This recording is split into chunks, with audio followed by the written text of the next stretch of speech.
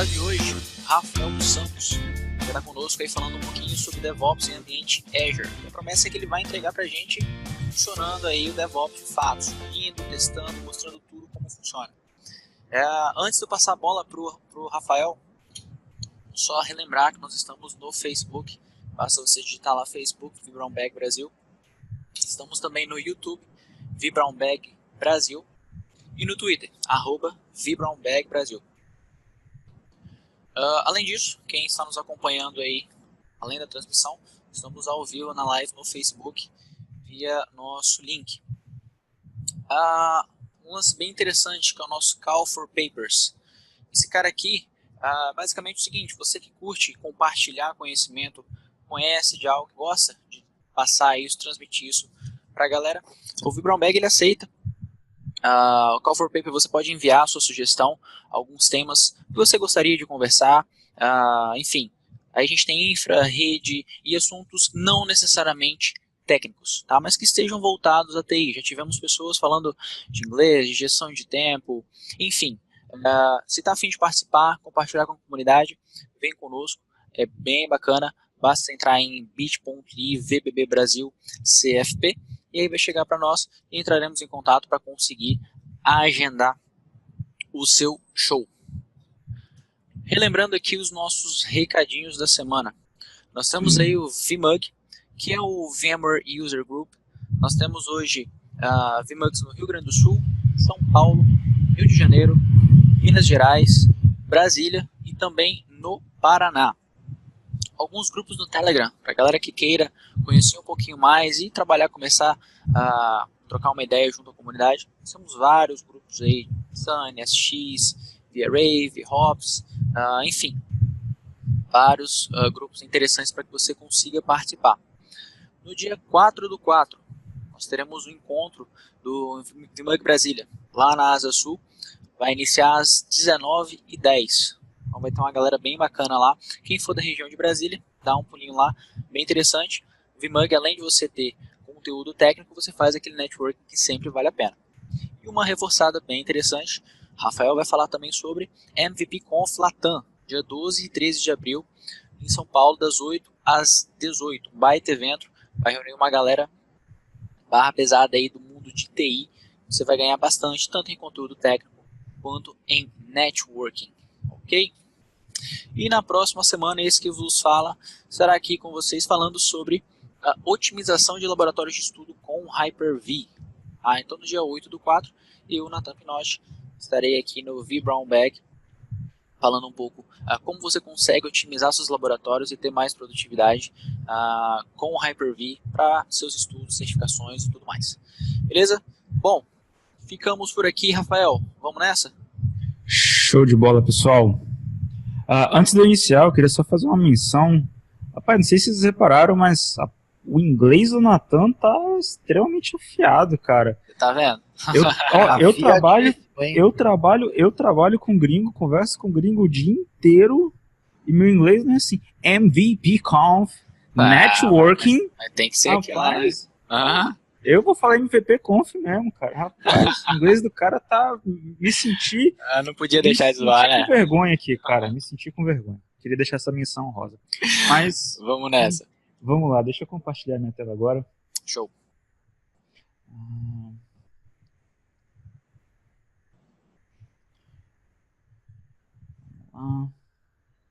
Show. Pessoal, boa noite. Muito obrigado, Nathan, pelo convite, cara. Para mim é sempre um prazer poder compartilhar assuntos relacionados à TI, especialmente aqueles que eu faço no dia a dia. Eu tava com saudade de fazer live, acho que a última que eu fiz foi ano passado ainda, acho que não fiz nenhuma live esse ano. Graças a Deus a vida tem sido um pouco corrida, mas vamos lá. Para quem não me conhece ainda, meu nome é Rafael dos Santos, eu sou Microsoft Azure MVP, sou fundador aí, líder da Brazilian Devs, é um projeto que eu tenho aí de times de desenvolvimento para projetos fora do país.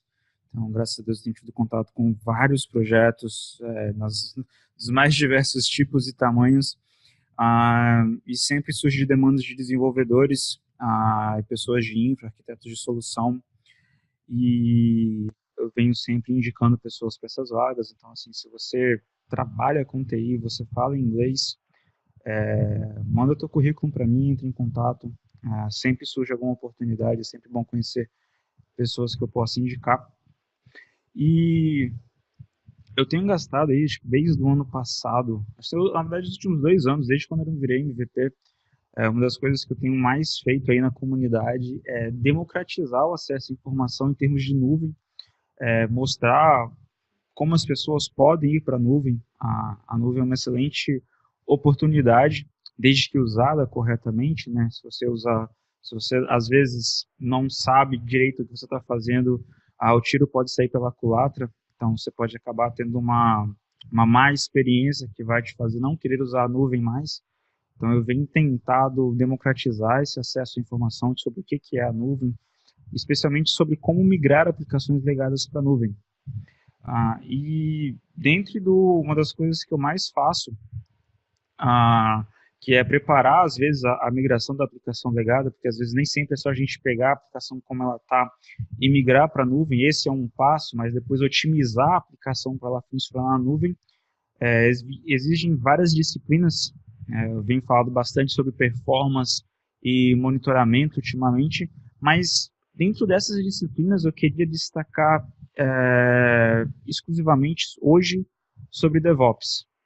Acho que eu queria gastar um tempo aqui com vocês falando as minhas impressões e a minha experiência trabalhando um pouquinho como DevOps, o que eu acho, o que eu venho implementado, o que eu venho fazendo no dia a dia. Então é isso aí, pessoal. Espero que vocês curtam tudo que eu vou falar. Qualquer dúvida, fiquem à vontade. Acho que é um dos grandes benefícios para mim, pessoalmente, de quem está assistindo ao vivo, participando aqui ao vivo junto com a gente, vocês poderem mandar perguntas e a gente realmente bater um papo. Eu não gosto só de ficar falando, eu acho bem legal quando a gente pode trocar uma ideia. E se você está assistindo essa gravação, fique à vontade de mandar um e-mail para o Natan e tirar as dúvidas com ele. Brincadeira, pessoal. Vocês podem entrar em contato à vontade, eu vou fazer o possível aí para poder responder vocês. E vamos lá. Deixa eu tirar um pouquinho do PowerPoint aqui, antes de eu entrar de fato. Então, assim, DevOps é tipo implementar processos ágeis nas empresas. Cada pessoa vai te dar uma definição, vai te falar um conceito, e no fim das contas, o que vai funcionar para você é você testar. Não tem... eu posso até estar enganado, algumas pessoas de DevOps podem até me condenar, mas eu acho que não tem uma receita de bolo para DevOps. DevOps para mim é a junção de pessoas, produtos e processos. E como pessoas são altamente voláteis, eu acredito que a gente não consegue criar uma receitinha de bolo para isso. Então, cada time vai ter um cenário, cada empresa vai ter um cenário. Dentro da mesma empresa, cada projeto vai exigir um cenário diferente, e isso exige que você consiga se adaptar muito, muito dinamicamente. Então, por isso que eu acredito firmemente que não existe receita de bolo para DevOps. Existe tentativa e erro, mas eu quero compartilhar os meus erros e os meus acertos com vocês aqui hoje, tá? Então, antes da gente entrar de fato nos cenários, eu queria falar um pouquinho sobre o Azure DevOps, que é uma das ferramentas que eu mais uso, tá? Mas, Rafael, já vai em você falar de Microsoft, falar de Azure, eu não uso isso, não tenho interesse de usar, eu escrevo mcifrão para falar da Microsoft, não gosto de Microsoft, sou totalmente contra. Se esse é teu caso, e você queira continuar assistindo, tente absorver os conceitos, tá? Tudo que eu vou falar aqui, ele vai se aplicar em outras ferramentas. O que eu vou explicar para vocês não é exclusivo do Azure DevOps, muito menos do Azure. Então você vai conseguir aplicar os conceitos que eu vou te mostrar no Google Cloud, na AWS, no teu próprio data center, se for o caso, tá? Então, o que é importante para mim é que você assimile os conceitos, os cenários e as possibilidades, tá? Eu não quero te empurrar Azure, eu não quero te empurrar Azure DevOps. Apesar de, pessoalmente, acreditar que são duas excelentes ferramentas, tá bom? Deixa eu ver se tem alguma coisa no chat aqui. Show de bola. Então, pessoal, o Azure DevOps, também conhecido aí, acho que foi, se eu não me engano, foi em setembro do ano passado, ele era o VSTS, Visual Studio Online. Em setembro do ano passado a gente teve um rebranding e trocou o nome, então antes era VSTS, e virou Azure DevOps.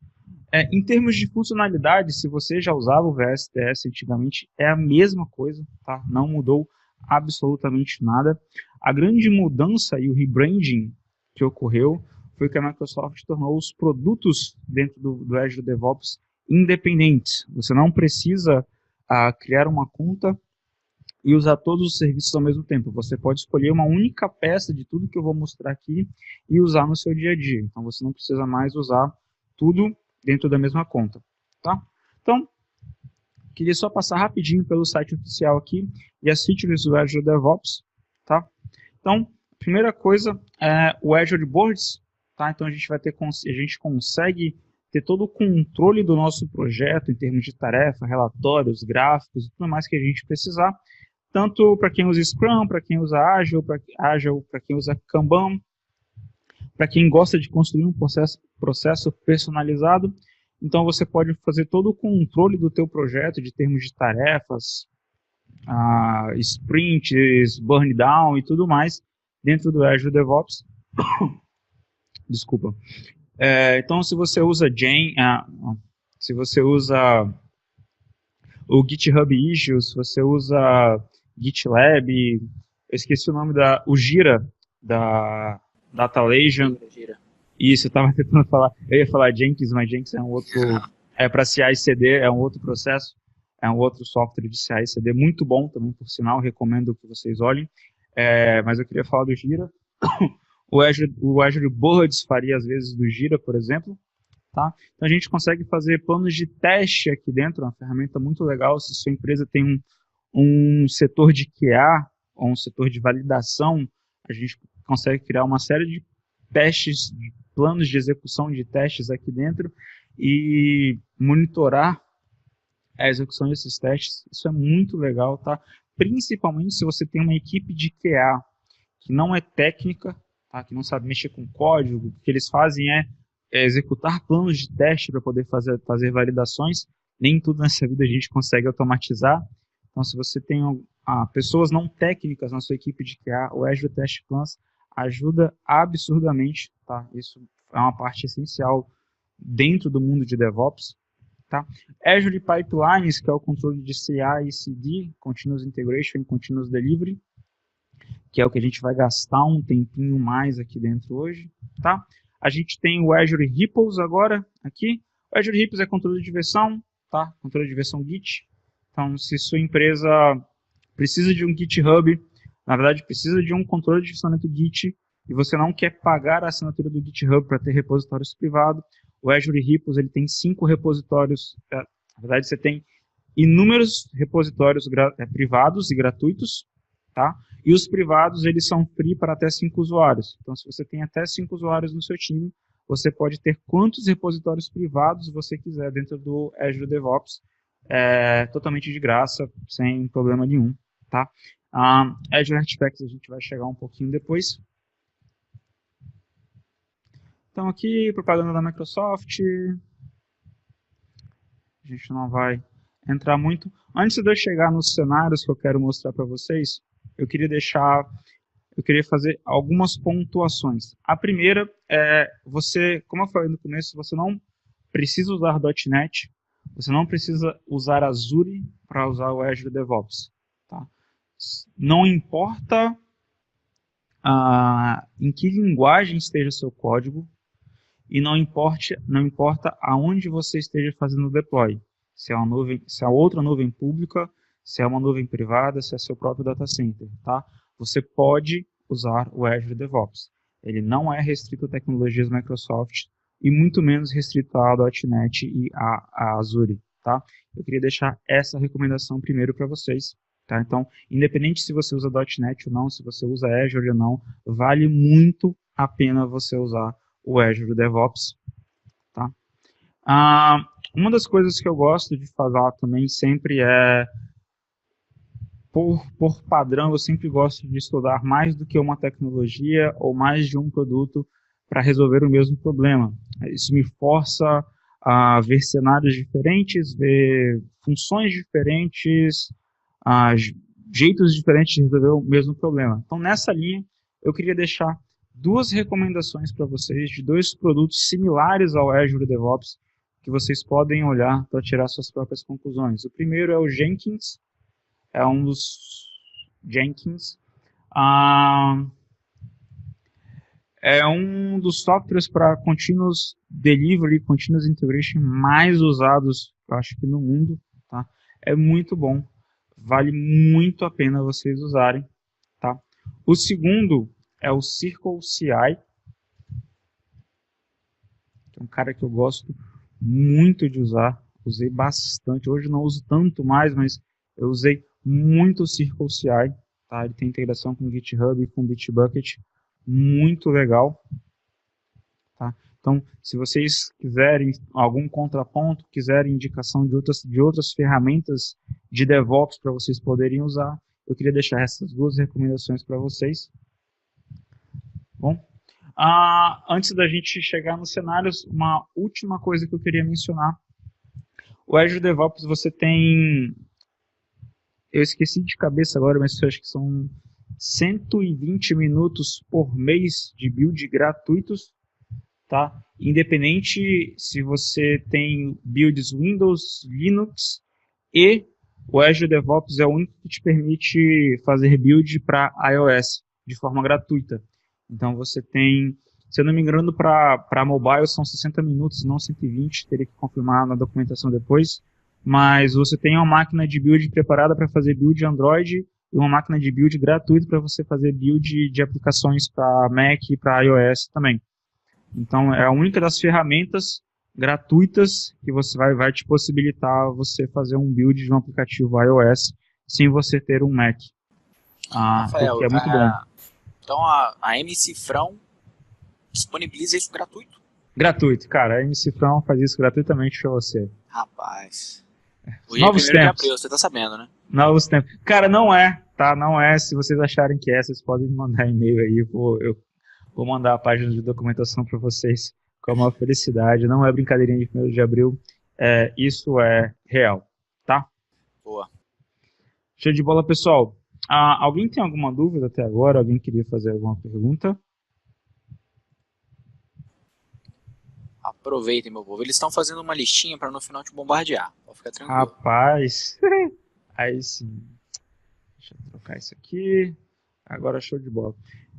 Cara, quando a galera me chamou aí, quando o Natan me fez o convite, eu fiquei pensando, cara, o que eu vou mostrar para esses caras?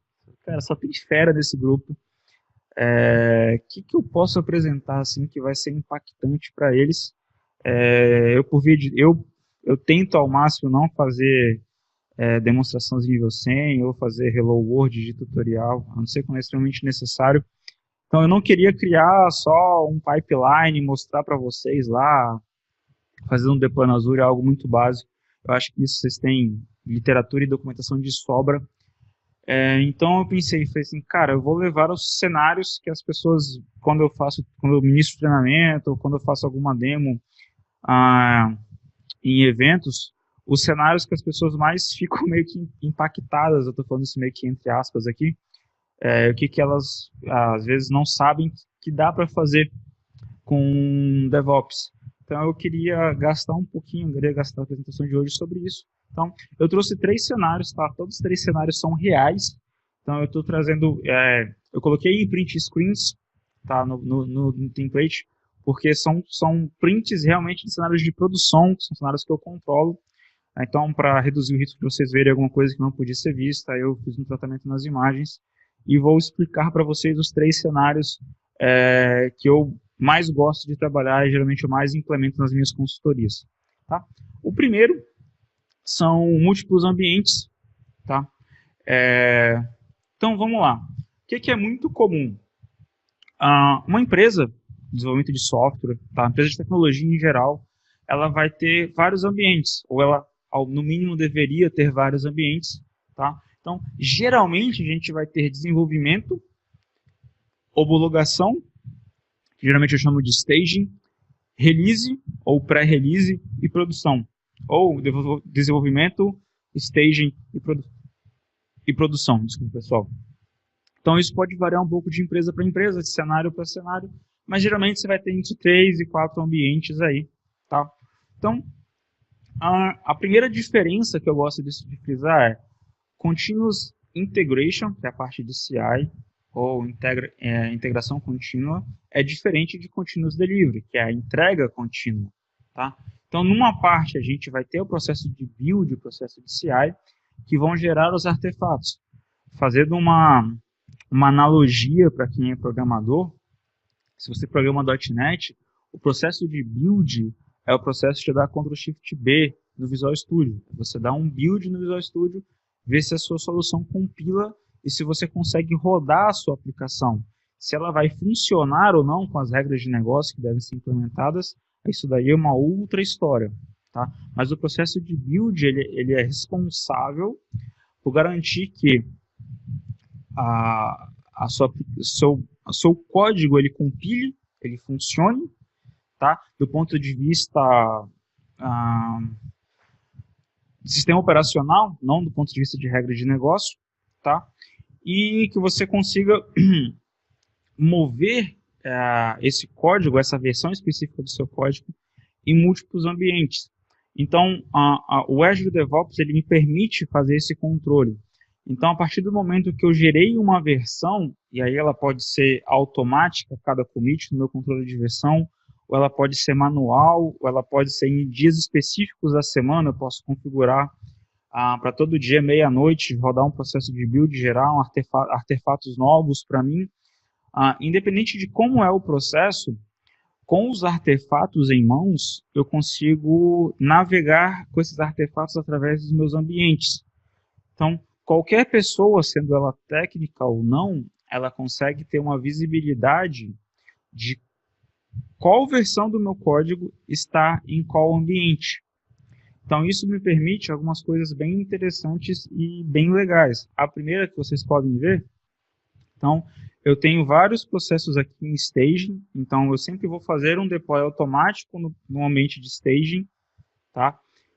Então, e quando eu estiver pronto para uma nova release, eu movo esse artefato de staging para o meu ambiente de release. Tá? No caso aqui, eu vim em stage, gerei uma versão no dia 18/3, e essa versão foi para o ambiente de release automaticamente.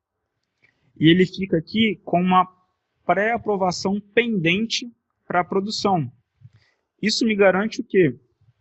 Que eu testei no ambiente eu cheguei no ambiente de testing ou pré-deploy, testei, quero gerar uma versão nova, estou pronto para fazer deploy em produção.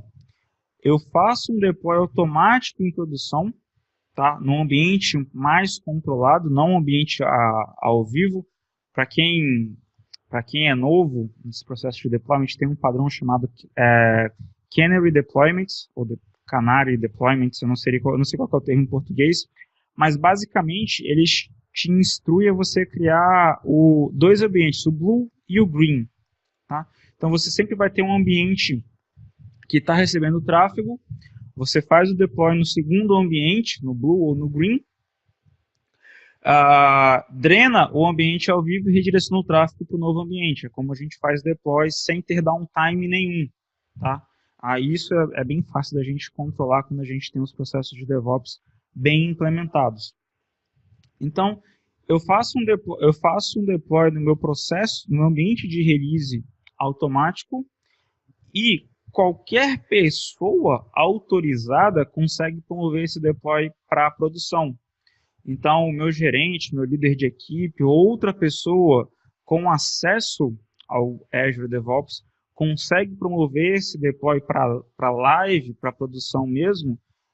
Eu posso fazer isso de forma manual ou de forma automatizada.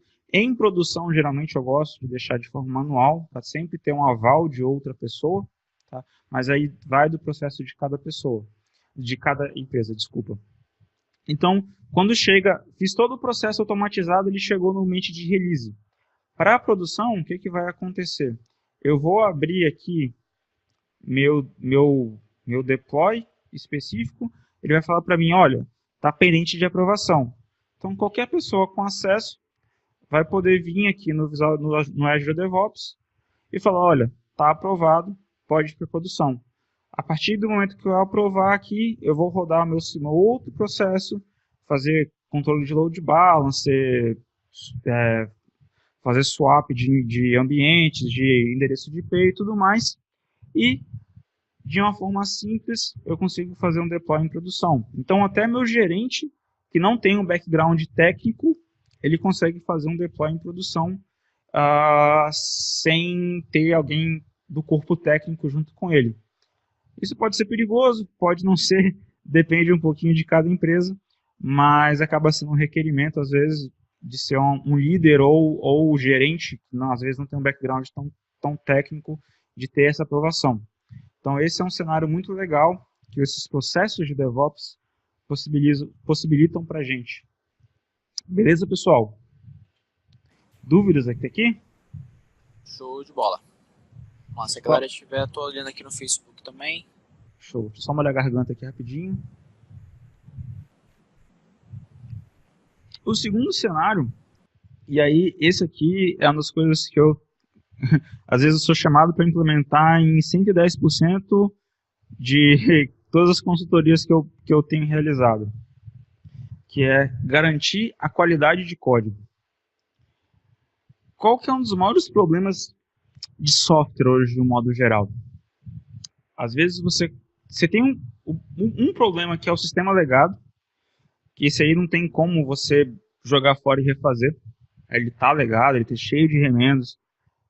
N desenvolvedores passaram e cada um que passou pela empresa escreveu o código de um jeito diferente do outro. Um documentou, o outro não. Esse é um grande problema. O segundo problema é como que eu começo um novo projeto e não caio nos mesmos problemas da minha atual aplicação legada. Então, como é que eu consigo garantir que esses problemas básicos de falta de qualidade ou de falta de segurança para fazer deploy são corrigidos no meu time e são enforçados no meu time, né, que eles consigam, que eles mantenham seguindo esses padrões de qualidade definidos pela empresa. Então, uma das coisas que esse processo de DevOps permite para a gente, e eu gosto sempre de fazer, é o seguinte.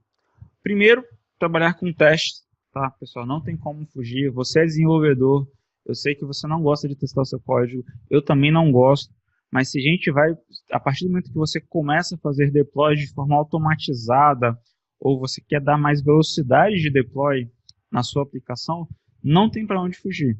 Você precisa ter garantias, e aí eu estou falando de testes automatizados, de que seu código realmente funciona, que os casos de uso da tua empresa estão cobertos, e que você não vai fazer uma alteração no seu código, por mais simples que seja, e vai quebrar a aplicação toda. Então, o que acontece? Eu tenho um script PowerShell no meu repositório aqui, tá? Algo meio que simples, vou dar uma passada aqui por alto. Eu tenho um Docker Compose, que tem uma versão da SQL Server, para mim poder subir. Essa imagem do SQL Server, ela tem um banco, eu executo um drop database nesse banco, recrio meu banco do zero com alguns scripts de todas as tabelas que eu preciso e alguns dados que eu preciso para fazer meus testes. Defino algumas variáveis de ambiente para garantir que o código vai estar apontado para esse banco que eu acabei de criar e rodo meus testes de forma automatizada. Então, isso é um passo para mim poder conseguir rodar os testes de uma forma que todos os desenvolvedores da empresa consigam rodar os testes de forma igualitária. Não importa se ele está usando Mac, se ele está usando Windows, se ele está usando Linux, eles vão conseguir executar esse mesmo processo de teste na máquina deles, no ambiente deles. Esse é um ponto. A gente precisa trabalhar com o ambiente o mais parecido possível. E isso o Docker ajuda bastante. Então, se você ainda não começou a trabalhar com Docker, não começou a trabalhar com containers, dê uma olhada, que pode facilitar muito os seus processos do dia a dia. Então, uma das coisas legais é, eu tenho um script que funciona local. Eu tenho esse script que funciona local na minha máquina, funciona na máquina dos meus outros amigos de equipe, dos outros colegas de equipe. E esse mesmo script, eu consigo reaproveitar ele lá no Azure DevOps. Então eu tenho um processo, eu consigo apontar, eu consigo executar um PowerShell, poderia ser um Bash se eu estivesse usando Linux aqui no caso. Então eu posso ter inline direto lá, eu posso apontar para um arquivo do meu controle de versão. Então aqui eu estou apontando um arquivo, tá, que eu quero executar. Então o teste PS1 que está aqui é o mesmo teste PS1 que eu executo no meu pipeline de DevOps. Eu quero que vocês prestem atenção nessas duas outras tarefas aqui, de Publish Test Results e Publish Code Coverage Results. Tá? Então, o que isso vai me possibilitar? Sempre que eu rodar um build, no sumário, no summary do meu build, eu consigo ver qual que é a taxa de cobertura do meu código.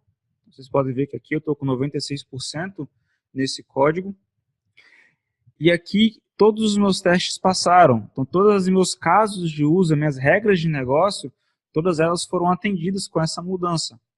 Eu consigo ver a execução de todos os testes, o que falhou, o que passou, qual foi a duração de cada um, e consigo ter um relatório gerencial de como é que está a cobertura. Então, o que meus testes, se eles estão realmente cobrindo as minhas classes, se eu não estou deixando trechos de código descoberto, onde que eu preciso melhorar minha taxa de cobertura de código, o que está sendo testado, o que não está sendo testado. Esse controle, às vezes pode parecer um pouco chato, mas depois que você define uma vez, vai possibilitar a gente fazer o seguinte. Aí qual que é a aplicação desse cenário que eu estou mostrando para vocês? As minhas branches principais, elas vão ser sempre protegidas. Então a minha branch master, a minha branch de staging, ela vai ser protegida. Ninguém vai poder fazer commit direto nela, a não ser os líderes da equipe e os administradores, que geralmente é no máximo uma ou duas pessoas que têm essa mentalidade de, mesmo tendo o poder de commitar direto na branch, não vão fazer isso, eles vão seguir o processo. Eu consigo no GitHub, no Bitbucket, no próprio Azure, no Azure DevOps, na parte de controle de código, eu consigo proteger as minhas branches, então ninguém vai conseguir fazer um commit direto na minha branch. Eles só vão conseguir adicionar um novo código na minha branch se for através de pull requests. Tá? E aí eu consigo rodar esse pipeline que eu mostrei para vocês aqui para cada pull request. Ele vai ser exclusivo, ele vai rodar para cada pull request e vai executar isso aqui. Então, com isso, eu consigo criar dois controles muito legais que vão me dar uma qualidade de código e uma assertividade de deploy incrível. A primeira, eu posso definir que se qualquer um dos testes falhar, o código não vai ser aceito. Então, o desenvolvedor obrigatoriamente vai ter que corrigir o problema que ele causou, porque se estava 100% no último build, ele alterou o código e algum teste quebrou, é porque alguma lógica, alguma parte do código que ele mudou não tá legal. Ele vai precisar rever isso. Então, eu tenho essa primeira garantia, que todos os meus testes vão ter que passar antes de um novo código ir para algum dos meus ambientes, seja ele teste, seja ele produção. A segunda garantia é que eu posso manter uma taxa específica de cobertura de código. Então eu posso falar que eu só aceito pull requests se minha cobertura de código estiver acima de 90%. Se ela cair de 90%, significa que o desenvolvedor adicionou um novo código, fez mudanças no código que não estão cobertas por testes. Então eu consigo chegar nesse nível de controle e consigo bloquear ele de levar novas alterações para produção sem escrever testes. Então eu consigo, através desse processo, garantir a qualidade e a saúde do meu software. É uma das coisas que eu mais tenho feito, assim, recomendo muito que vocês deem uma estudada nisso se vocês trabalham em fábrica de software. Vai reduzir muito a dor de cabeça de vocês. Beleza? Acho que a gente fechou o cenário 2. Show. Só uma dúvida, cara. Nessas validações você consegue determinar, então, quais serão os campos a serem checados? Você tem um bloco de código que faz X e outro bloco que faz Y. Se o Y tiver Isso, alguma linha errada, reveja tudo. isso, exatamente. O que vai acontecer? Quando a gente fala de testes, e eu trabalho muito com testes de integração, que é geralmente esse teste que vai salvar alguma coisa no banco de dados, depois você vai validar se o campo tal está preenchido, para você evitar muito fake e muito teste sem sentido só pelo fato de você ter testes. Ou testar a API de terceiro quando você tem ambiente de testes, enfim. Mas o que pode acontecer, por exemplo? Eu tenho um processo de salvar item. Esse processo tem... Então, eu tenho uma ordem e eu preciso adicionar itens nessa ordem. Então, esse processo de adicionar itens numa ordem, ele vai ter 50 linhas, 100 linhas. Eu tenho que executar várias validações primeiro, antes de salvar esse item na minha ordem. O que pode acontecer? Eu posso escrever 2, 3 testes que vão validar 2 das minhas 5 regras de negócio que precisam ser validadas. Se eu fizer isso, os testes vão passar. Mas isso não vai me dar não vai refletir de fato o que o código precisa ser feito. É aí que entra a taxa de cobertura de código. Porque quando você tem um método, ou uma classe, ou um arquivo que tem 100 linhas, mas só 20 linhas estão testadas, a gente consegue, através desse relatório aqui, ver isso. Então, se você validou só 2 das 5 regras que você tinha que validar, a taxa de cobertura de código vai cair. E se ela cair abaixo do limite, a gente sabe que o cara adicionou, o desenvolvedor, enfim, adicionou um novo código e ele não escreveu todos os testes que precisava.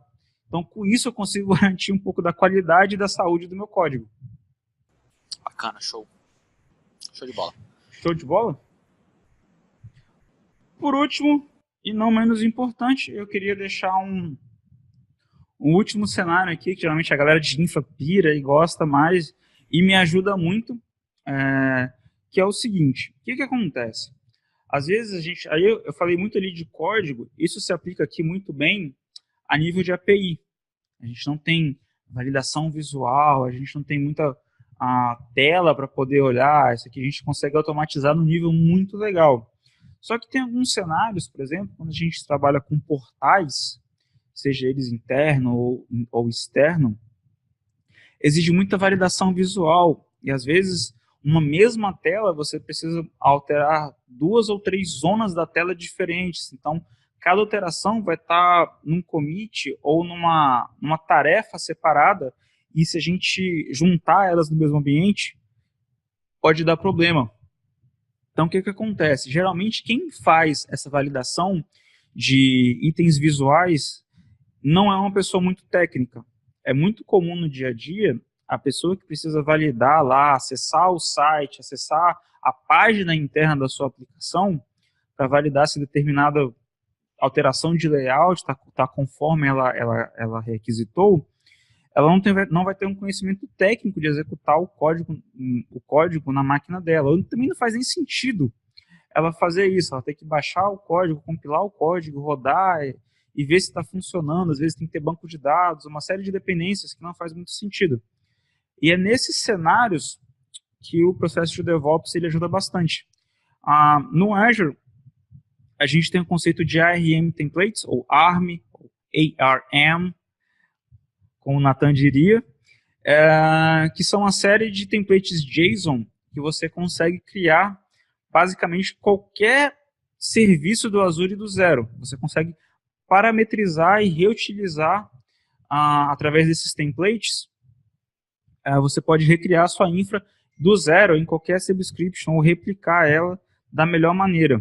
Então, um processo que eu acabo sempre fazendo é o seguinte: eu tenho uma alteração que ela é visual para fazer e eu preciso que alguém do meu time, geralmente o designer, alguma pessoa que não é do corpo técnico de desenvolvimento, valide essa alteração. E eu preciso criar uma cópia do meu site, do meu ambiente inteiro, do zero, com aquela alteração específica num ambiente controlado para ele validar só aquela alteração. Então aqui eu tenho meu processo de build, que seria o normal, vamos assim dizer. Então eu tenho alguns scripts que vão instalar. Essa aqui é uma aplicação React, Então eu preciso restaurar os meus pacotes, instalar as dependências, rodar o lint, vou fazer um build e o publish, vou construir um container e vou fazer o push desse container para o Azure. Até aqui é um processo normal. O que vai acontecer? Aqui eu vou pegar os meus... Vocês vão ver que aqui eu tenho um template, então tem uma pasta chamada prdeploy no meu controle de versão, que tem um ARM template para o Azure. Então eu vou fazer um template que ele vai criar toda a infra que eu preciso do zero para esse pull request. Então aqui nessa primeira tarefa eu vou fazer o deploy. Na segunda eu vou associar a imagem que eu acabei de criar num app service. Fica uma dica: se você trabalha com Docker no app service, não adianta você dar restart. A única maneira de você forçar ele baixar uma versão nova do container que você está fazendo, que você está utilizando, é você dar um stop start. Tá? Então aqui eu dou um stop, um start, para forçar o app service a pegar uma imagem nova, tá? Porque aqui às vezes o ambiente já está criado, então eu posso rodar isso aqui quantas vezes eu quiser para o mesmo ambiente que ele vai funcionar. E aqui no final eu vou adicionar um comentário lá no GitHub. Então, qual que é a aplicação desse cenário? Estava explicando para vocês. Um desenvolvedor pegou uma tarefa de fazer uma alteração na dashboard de indicadores. Ele precisa colocar um indicador novo. Então, ele vai criar uma branch nova do código, e quando essa branch estiver pronta para poder ser testada, ele vai abrir um pull request lá no meu controle de versionamento. Quando ele abrir esse pull request, eu vou pegar as alterações dele só daquela branch específica, que são referentes só a essa tarefa de alteração de indicadores da dashboard. Vou criar um site com banco e todas as minhas dependências no Azure só para aquele pull request. E quando ele fechar o pull request, eu vou excluir todo esse ambiente. Então, eu consigo criar e excluir ambientes no Azure de forma automatizada. Então, de uma maneira, aí vocês vão falar assim: nossa, isso parece complicado. Não, não é. Tá? Então, só que falando no final, quando termina, isso aqui é a interface do GitHub, bem comum para a galera aí. Então, no final aqui, eu vou colocar lá: ó, seu pull request está atualizado e o link do seu pull request é esse aqui. Aí, qualquer pessoa que for fazer a validação desse pull request da tarefa, ele vai acessar esse ambiente criado, vai validar, e assim que o pull request for fechado aqui, eu deleto esse ambiente no Azure. Então, geralmente são 3 arquivos, tá? Você vai ter um PS1 que é criado junto com a RM template, você vai ter um JSON aqui, então esse aqui é só a parte do app service, tá? Então, vocês podem ver aqui que eu tenho todos os tamanhos e camadas possíveis para o app service no Azure. Eu sempre faço um default no F1, então eu crio numa versão gratuita, até para poder economizar um pouquinho, faço a validação e depois que termina, eu excluo isso aqui tudo. Tá? Pode parecer um pouco complicado trabalhar com JSON, mas se você trabalha com Visual Studio ou com VS Code, existem vários templates prontos. Se você já trabalha com Azure e você for no portal na sua subscription, qualquer resource group ou qualquer serviço do Azure que você tenha, você consegue gerar o ARM template dele direto pelo portal para você poder fazer o deploy de novo. Então acaba sendo um caso de uso bem interessante para você poder usar no dia a dia e dar mais velocidade e assertividade nas entregas do teu software, da tua aplicação. Beleza, pessoal? Show de bola. Cara, isso daí são 3 cenários não tão simples, um pouquinho fora do normal aí, do que a gente vê no dia a dia, mas era só para poder abrir um pouquinho a cabeça de vocês, as possibilidades, o que a gente consegue fazer de DevOps, do que eu faço no dia a dia também, que tem facilitado muito as entregas nos projetos que eu trabalho.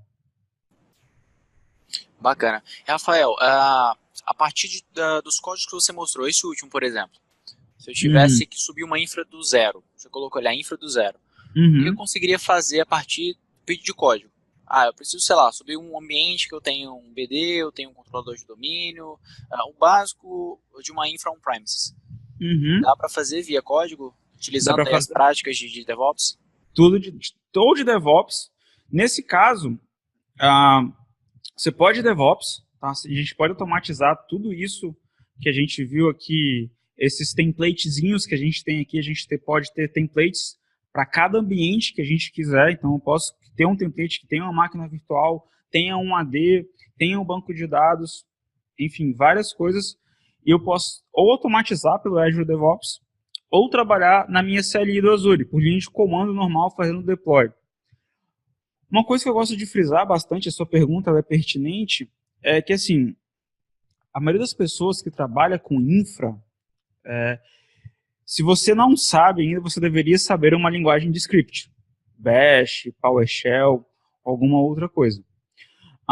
As ferramentas de CI e CD, então Azure DevOps, Jenkins, CircleCI, GitLab, o Bitbucket tem agora a ferramenta de deploy também. Essas ferramentas elas vão te possibilitar você automatizar as tarefas que você faz no seu dia a dia por linha de comando. Então, basicamente, qualquer coisa que você faz por linha de comando, você vai conseguir automatizar usando essas ferramentas. Então, no seu cenário específico, o que você vai precisar? Você vai ter um trabalho inicial de criar esse template ARM. Se você estiver trabalhando com Azure, né? Não sei como é que seriam as outras nuvens. Mas se a gente estiver trabalhando de Azure, você vai criar esse template e vai fazer um deploy desse template. Nossa, template foi feio, pessoal. O deploy desse template. Se você está trabalhando on-premises, aí eu vi que vocês trabalham um pouco com VMware. VMware eu não conheço muito, mas, por exemplo, Hyper-V, a gente consegue fazer tudo via PowerShell por linha de comando. Então, se eu instalar o agente do Azure DevOps na minha infra, então eu consigo fazer tudo que eu mostrei para vocês aqui, gerenciando nos servidores de build da Microsoft. Eu posso ter um servidor de build privado dentro da minha rede e controlar isso pelo Azure DevOps. Então, eu consigo automatizar a execução desses scripts e provisionar máquinas no meu Hyper-V ou no meu controlador de VMware de forma automatizada também. Assim, vai ter um trabalho inicial, às vezes você não vai conseguir fazer tudo pelo portal. Mas se você conseguir fazer por script, você consegue fazer basicamente de forma automatizada pelo Azure DevOps tranquilamente. Show de bola, bacana. Esse lance de aprender uma linguagem, aí, seja um scripting ou, enfim, uma linguagem de desenvolvimento de fato, é algo que tem surgido constantemente em vários papos que eu tenho tido com a galera que já está mais à frente com isso, ou com a galera que está começando. Sempre teve aquela rixa, né? Desenvolvimento e infra. Acaba que, seja DevOps ou o mercado, ele está pedindo uma fusão desses caras. Ou um cara híbrido. Como é que você enxerga isso? Cara, eu não. Eu já fiz isso no passado. Eu não gosto muito de ser tipo alarmante, falar, olha, se você é de infra e você não aprender a codar, você vai ficar sem emprego e tal. Cara, não, sim, acho que tem espaço para muita gente no mercado, você não vai ficar desempregado, mas a demanda por um profissional exclusivamente de infra tem caído. Isso é um fato. Então, assim, quanto mais você puder fazer, quanto mais você puder entregar, melhor. Então, quando eu falo assim, se você é um profissional de infra, eu te recomendaria aprender uma linguagem de script, não é para você poder programar e fazer código e testar e fazer tudo mais, mas você precisa conversar com o desenvolvedor e entender essas questões. Por exemplo, você está com um projeto novo, você precisa fazer um deploy de uma API nova no Azure da sua empresa. Cara, O que é API? Hã? O que é Nossa, o API, que é né? API? Então, você tem um software novo da sua empresa que você precisa rodar e fornecer um endereço público na internet. Não dá para você poder ir no Azure e ir lá, criar um PP Service novo do zero, fazer um remote desktop na máquina, ou abrir uma conexão FTP, pegar o zip que o desenvolvedor te passou, fazer upload para a máquina, testar e ver que não está funcionando, perguntar ao desenvolvedor por que não está funcionando. Aí você tem que configurar o ambiente, validar a configuração de ambiente. Aí você tem uma configuração que é para um ambiente, outra configuração que é para outro ambiente, aí você se perde no meio do caminho e o caos está instaurado. Então, assim, quanto mais você souber sobre como gerenciar esses ambientes, sobre como você consegue provisionar esses ambientes, mais empregado você vai ficar. Acho que essa seria a minha recomendação para você. E é o que eu tenho visto mais em alta, em demanda no mercado. Então, quando eu falo profissional de DevOps, não é só você controlar deploy, não é só você ver se o site está funcionando, subir versão nova, fazer remote desktop ou acessar FTP. Tem uma série de outras coisas que a gente vai partir para a parte de monitoria, se a aplicação está estável, se você precisa escalar seus servidores, se você precisa colocar mais máquinas, se você consegue diminuir máquinas, se você consegue economizar, se você precisa gastar mais, uma série de outras coisas que a gente vai precisar começar a analisar, coletar e analisar métricas, querendo ou não, você vai precisar saber alguma linguagem que te permita manipular esses dados. Então, assim, quanto mais cedo você aceitar a ideia que você vai ter que aprender uma linguagem de programação, seja ela puramente de script ou uma linguagem de programação de alto nível mesmo, acho que vai ser mais saudável para o futuro da tua carreira. Bacana, bacana, show de bola. E pra galera que tá começando, curtiu, gostou do material que você passou, já faz alguma coisa em relação a código, tem um pezinho na infra, o que você indicaria a nível de estudo, os primeiros passos aí dentro desse mundo de DevOps, ou enfim, com esse perfil profissional que você acabou comentando? Uhum. Cara, duas coisas. Provisionamento de infra, aí eu te recomendaria você dar um pouquinho de containers e Docker e containers, vai facilitar muito a tua vida. Assim, existe um AUE sobre containers, sobre Docker, sobre Kubernetes, como que você queira pronunciar. Tente não ir nessa hype assim, de você achar que você precisa saber Kubernetes, que você precisa usar Kubernetes para tudo, mas containers são algo que vieram para ficar e vão facilitar muito no dia a dia. E o segundo passo é estude monitoramento. Aí eu vou deixar duas recomendações. Tá? Se você trabalha com Azure, tá? Ou mesmo se você não trabalha com Azure, mas você pode usar o serviço, ele é gratuito, tá? Para até 5 GB de logs, então você pode usar o Azure Application Insights. Tá? Esse cara, ele é gratuito para até 5 GB. Tá? Então, até 5 GB de logs que a sua aplicação produza é gratuito. Depois disso, você paga alguns centavos de dólar para cada giga ingerido. Então, ele é uma ferramenta muito barata. E você consegue ter uma série de métricas e insights para a tua aplicação. Então, você consegue saber se a sua aplicação está lenta ou não está, se o teu servidor está tendo picos de 70%, 80% de uso de CPU ou de memória, a gente vai conseguir fazer um deep dive e ver o que está causando isso, por que esses picos de uso estão sendo ocasionados e gerar informações e insights para a nossa aplicação evoluir. Então, assim, é algo que eu recomendo fortemente, se você é dev, se você é infra, cara, gaste um tempo estudando alguma ferramenta que te permita gerar e analisar logs. Não gosto do mundo MCFrão, não quero nada da Microsoft, não sou desse mundo, queria uma indicação de outra ferramenta. Uma outra coisa que você pode estudar é o ELK Stack, que é Elasticsearch, Logstash, Kibana. Para quem trabalha com aplicações open source, microserviços, é um dos caras mais utilizados, tá? Então, o Logstash, ele vai te produzir logs dos mais variados tipos, seja da tua aplicação, seja do systemd, da sua máquina, do seu Linux, dos logs do teu Windows.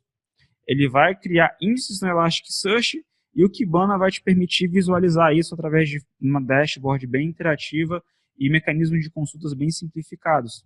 Então, é uma outra stack que você pode estudar, que está muito em alta no mercado também. Então, vale muito a pena você dar uma olhadinha nesses caras. Show de bola, beleza. Show? Show.